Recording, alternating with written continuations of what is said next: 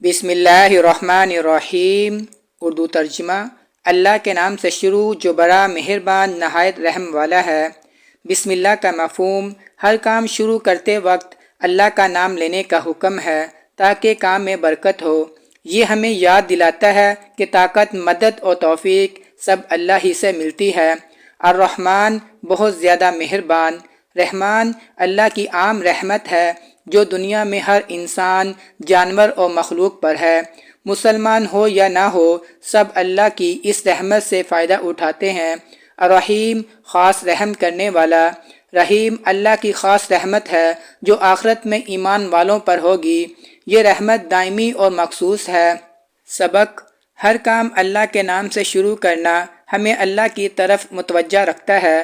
یہ دعا ہے کہ اللہ اس کام کو آسان، بابرکت اور محفوظ کرے۔